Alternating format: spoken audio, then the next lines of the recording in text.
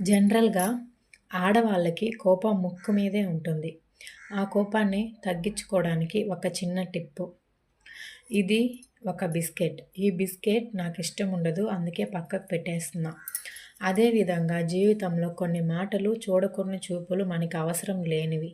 కానీ మనం మాత్రం వోటిని తినేస్తాం, మనసులో పెట్టుకుంటాం, కోపంగా మారిపోతాం. ఎవరో చెప్పిన విషయాలు మనల్ని ప్రభావితం చేస్తున్నాయి అంటే ఆ మాటలు మనది కాదు.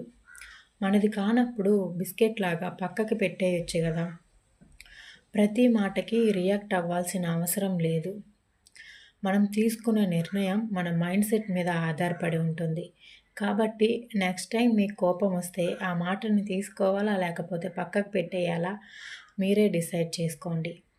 ఇలాంటి మరిన్ని యూజ్‌ఫుల్ టిప్స్ కోసం ఫాలో చేయండి. అదే విధంగా మన కమ్యూనిటీలో జాయిన్